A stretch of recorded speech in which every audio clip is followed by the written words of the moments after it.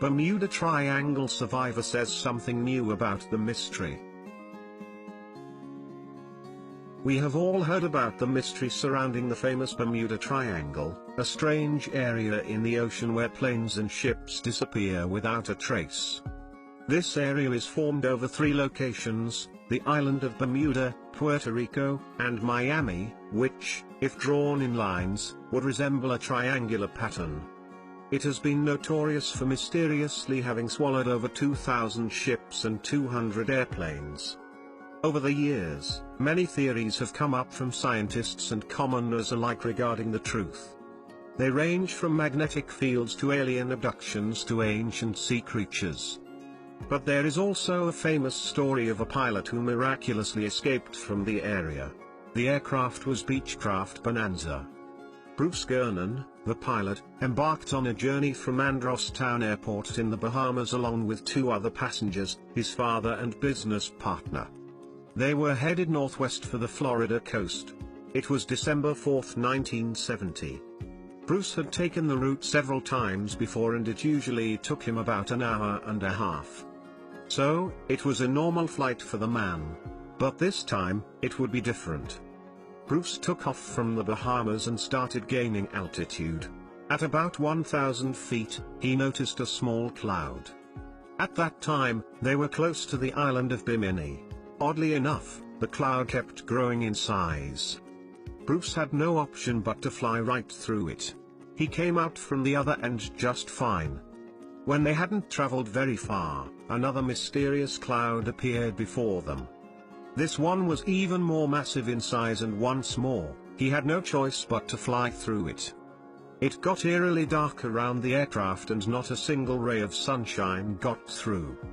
It wasn't exactly like an ordinary cloud. Soon, they saw flashes of bright light. It kept flashing on and off, like massive lightning. But being an experienced pilot, Bruce knew this certainly wasn't lightning. Bruce kept flying for another 30 minutes through the huge cloud that didn't seem to end.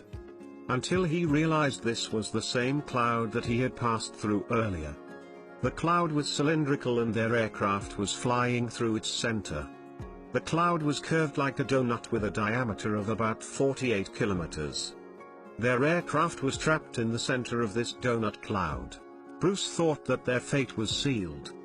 The walls of the cloud began to narrow and seemed to be closing in on the plane. The navigation instruments started misfunctioning. The compass was spinning haywire.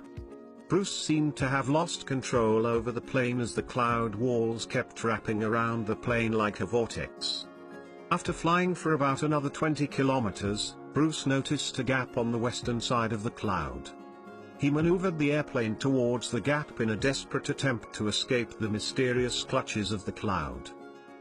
He then experienced the most intense 20 seconds of his life.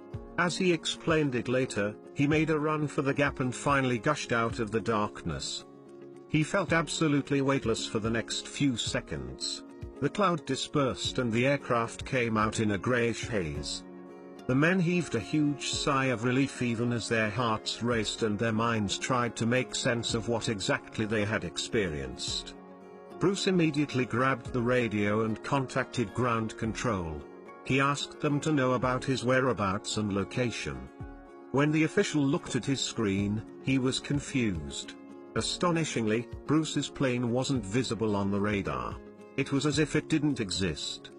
After rechecking, the dispatcher told him that the aircraft was in Miami airspace. This confused Bruce out of his wits.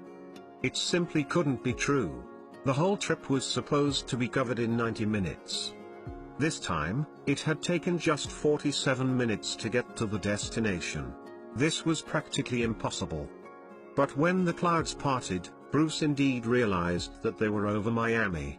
The plane made it safely to the ground. The dumbfounded trio tried to make sense of what had happened throughout their flight. Bruce checked the remaining fuel and his watch. The plane had not consumed the amount of fuel it should have. Bruce had experienced something like this for the first time in his long flying career. But everything seemed to indicate that his plane had skipped over almost half the distance. The men thought about their mysterious experience for a long time.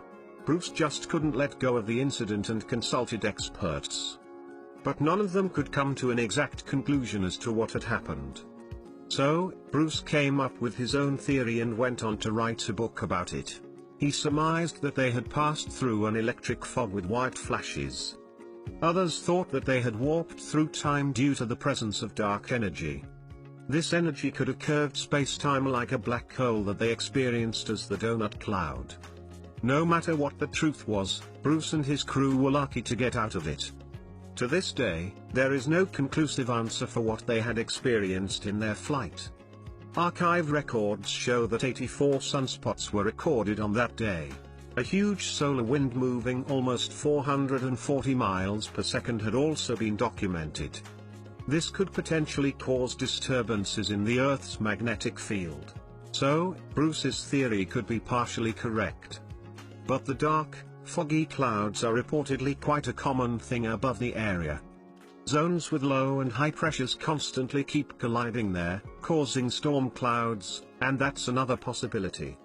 But no one knows for sure how Bruce's plane got to Miami so quickly. Until the truth is revealed with solid proof, Bruce's experience remains another mysterious puzzle in the history of the Bermuda Triangle.